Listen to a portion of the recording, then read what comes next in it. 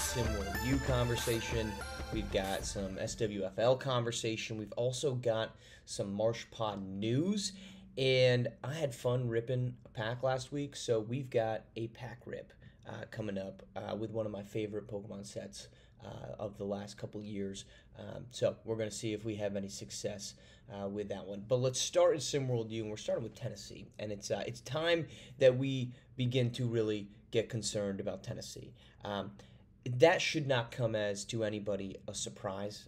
Tennessee has been struggling all season long. They are now ranked number 20th ahead of their matchup, game of the week matchup against number 13 Memphis. They've lost 3 in a row. They have not played well in those 3. It's been a home loss to Baylor, a home blowout to Butler, and then they already lost to Memphis on Friday, 81-58. They've got a matchup with Minnesota, and then it's back up against Memphis, game of the week on the 8th. I'm concerned about him because it's Henrik Vekic. Again, none of this should be a surprise, but it's becoming very apparent that Henrik Vekic is just straight up untrustable if you are the Tennessee Volunteers. Why? Because he has been the greatest version of himself at times, and he's also been the worst version of himself at times. And this team is not built that they're not deep enough to find anything else, because there's tantalizing moments from Henrik Vekic. For example, their opening night win, 25-7-8. He goes 11 of 14, 3 for 4 from deep, plus 28 in a blowout win. And suddenly you're thinking this is a guy that can be a difference maker, and this is exactly who we expected of him. Then there's the nights where he gets benched in 16 minutes on October 10th when they lose to Kansas, or when they beat Kansas at home. He scores 0 points. He goes 0 of 6. He has 0 assists. But then he comes back the very next night, plays exceptionally well in the next game, albeit in a loss to Oklahoma, but he drops 24 points. He has 8 rebounds, 10 of 15. But the last 4 games have really been where it's just completely fallen apart, okay? He had, over that first game, he made 11 field goals. In 3 of the last 4, his total is sitting at 14 made field goals. The volume is still there, 13, 12, 11 field goal attempts for him in those stretches leading up to the Memphis game on November 1st, but he's not converting them. And it's becoming a boom or bust season out of Henrik Vekic. And this is a guy that many people thought could be a top 25, top 14 pick in the upcoming SWBA draft coming out.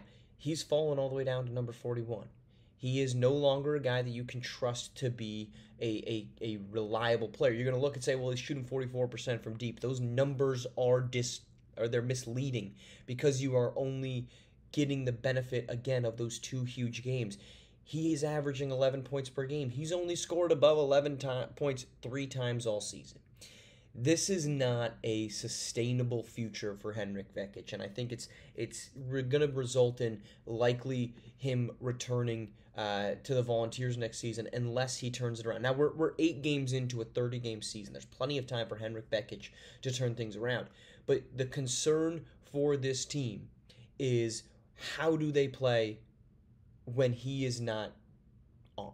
Right? Because this is a really good team. You're going to look at their numbers, and you're going to say they're second in three-pointers made with 10.5. They're third in three-point percentage with 46. They are 23rd in points per game at 75. But all of that is being carried by one man and one man only. That's Trey Turner, right? He's made 32 three-pointers. He's hit from 55% from downtown. If you're looking at this team and you're saying this is the Henrik Vekic that we're going to get, you need to then look for more out of people like Malik Riles, out of people like TJ Rockwell, who have been efficient in high volume. Malik Riles, who plays the same position as Henrik Vekic, which makes it very difficult for you to put both of them on the floor at the same time. They're both not exceptionally athletic big men, is shooting 45% from deep. He is their second leading scorer. He is their leader in rebounds. He is having a great season, but you are looking at Henrik Vekic just saying, well, this is the guy that we've relied on for the last 2 seasons who helped us get to the quad, but he's not executing. So I think you need to start looking. You give Vekic a chance to turn this around. I think that's the first and the most important thing, because what he did last year is too good to suddenly dismiss and move off of moving forward. But that leash now starts to get shorter and shorter, and the time in which you start to say it's time to make a change with who we rely on is going to quickly need to come up, because this team, as it's currently built, is not ready for anything else. At this point in time, Malik Riles actually has more minutes than Henrik Vekic. So we're seeing that shift occurring where Tennessee is saying this is maybe not the guy we have to go with, but that shift needs to start kind of moving a little bit more rapidly.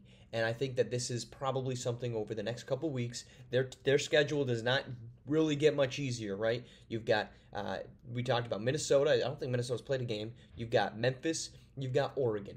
Oregon, who has just barely got their first win. Then it's Texas, Florida State, San Diego State, Temple, St. Mary's. There's no time, and that's before they kick off the SEC schedule. There's no time for them to find easy wins. They don't have, outside of Temple and Memphis, who's a non-Power 5 school, because the American non-Power 5, they don't have this cakewalk of a schedule going up against, no disrespect to any team, but just throwing out names of non-Power 5 schools. You're not going up against a somebody like Harvard, somebody like Virginia, who is Power 5 but has really struggled. You're not going up against Marquette, who's 1-4, a Seton Hall, who's 2-5. You're going up against legitimate opponents. And that's going to continue through until you get to the SEC play. That's going to be a concern. They've already taken a huge plummet, and we saw this with Kansas. Kansas starts up top 10. They plummeted out of it. We saw this with Oklahoma. They plummeted out of it. The SP has made their opinion very clear, and so far I think the SP has done a pretty decent job of projecting this.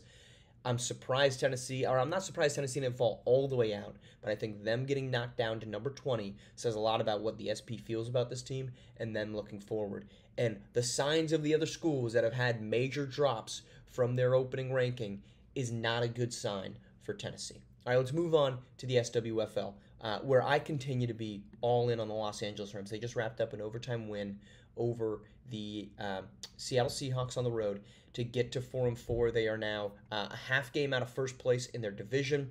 Really, it's about a game and a half because they got beat by Arizona. Their only real loss of the season, that 41-10 loss in week 2.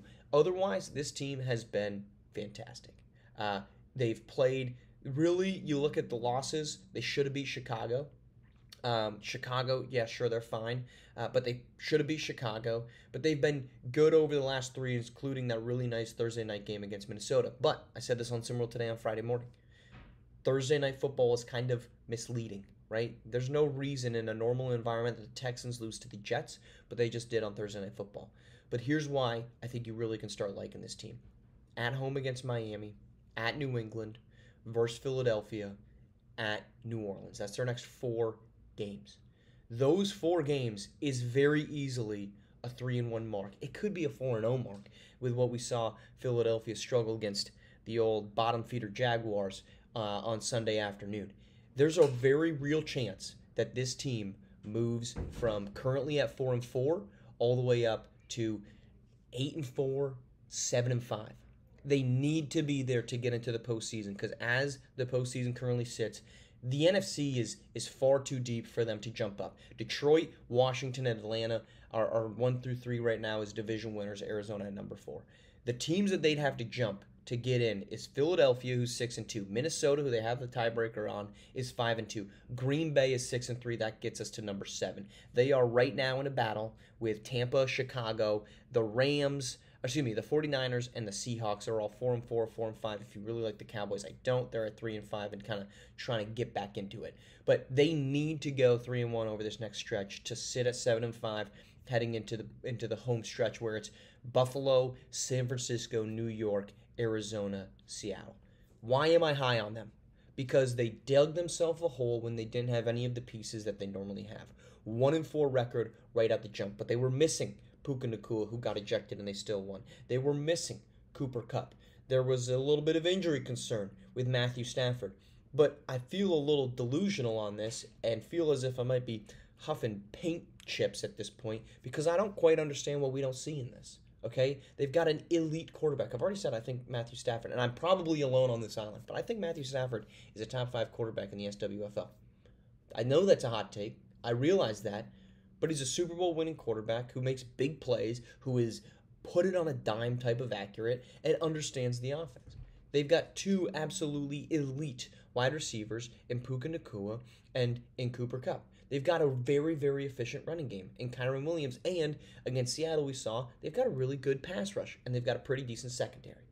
Top all of that off with a head coach who it feels as if we've forgotten that there was so much love for this coaching staff, and we've almost shifted it to no, it's got to be Kyle Shanahan, or no, it's only Andy Reid. Are we sure about that? Because 2-3 seasons ago, we're looking at Sean McVay and calling him maybe the best quarterback or best head coach in the SWFL when he leads his team to a Super Bowl. At least I am. He was the offensive mastermind. He was the guy that if you got within 6 inches of him, if you had a cup of coffee with Sean McVay, guess what? You were hired as the head coach wherever you wanted to go. That was the influence that Sean McVay had over the SWFL. And now I'm supposed to think that he can't lead this team to the playoffs? I think this team, dare I say, could win the Super Bowl because if I look at the rest of the league, I'm not convinced of anything else. The Lions look awesome. They just decimated, they picked apart the Packers on the road. It was a great win for Detroit. But I don't look at Kansas City and say, yeah, I'm afraid of them. I don't look at Buffalo, who needed a really great drive to close out that game today, to really start believing in them as the number one team. They needed a 61-yard field goal to beat the Miami Dolphins. I don't look around the league right now and say, bona fide, I am afraid of this team. And I look across the NFC, and you're looking at the top teams are going to be Detroit, who is really good. That one I can 100% see. Washington, with a rookie quarterback. Atlanta, who has been up and down. Philadelphia, who can't figure out their stuff. Minnesota, we trust Minnesota. I trust Minnesota. I love watching. I've said I like watching Minnesota. But we trust them that much? That's who we're up against in the NFC. I believe in the Rams in that instance. From the great quarterback to the great offensive weapon to the great head coach. All of that should equal really good things. It seems like we don't want to believe in that. All right, some news on the podcast. We are taking a little vacation. As you guys know, got married earlier this year, so we are officially going on the honeymoon, which means I will not be delivering every Monday content. I know, some of you are cheering happily. That means, though, we're actually delivering daily content. We are going to be doing a video blog of every single day. We will be gone for 20 days. We're going to New Zealand and Australia. So every single day we're going to be putting out probably closer to shorts. I hope they don't go this long. We're going to be putting out content every single day. That's going to drop on the Marsh Pod channel. It's going to head right into your feed. It's going to have absolutely nothing to do with SimWorld.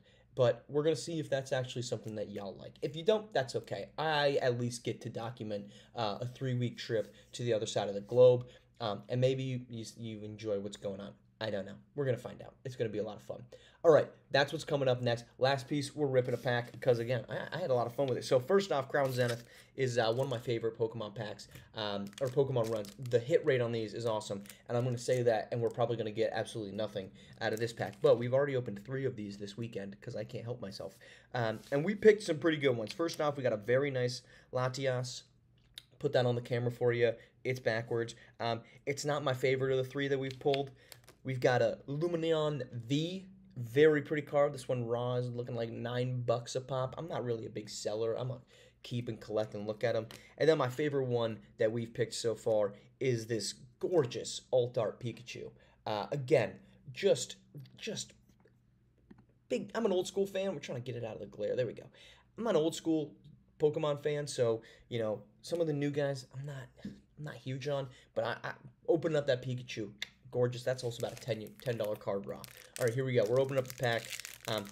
The only thing that's not great about the Crown Zenith run, from an opening standpoint, is they stuff the chase card or the chase card of the pack in the middle of it, so we don't have the nice little kind of reveal. So we're just gonna thumb through this thing, see where we end up, and go from there. So first up, a little Shinx action. We're gonna try to do it from the side so you can kind of see it. Again, trying to avoid the glare as much as I can here off the light. We got a Wooloo. Not bad. Also, I'm a collector and played this weekend. Love it. Don't really just thumb through these and look for the chase cards. So there we go. Helioptile, electric card. There we go. Skrelp, not bad. Grubbin, not terrible. Volcarano, that might be our chase card. This might be the pack that we don't get much on it. It is Tangrowth, an energy, digging duo, and Matang and trekking shoes. So no hits on that because that's karma. That's what happens when I say it's a great pack. But 3 for 4 right now out of a booster bundle we're going to take. We'll let you know when we get out of the last 2. I probably won't be opening up those on camera because clearly that's bad luck. All right, we're going to see you not on the Marsh Pod normally. We'll see you for another week on SimWorld today, and then we're going to see you every single day starting on November 9th with a travel log of where we are and what we're doing. Thanks for tuning in.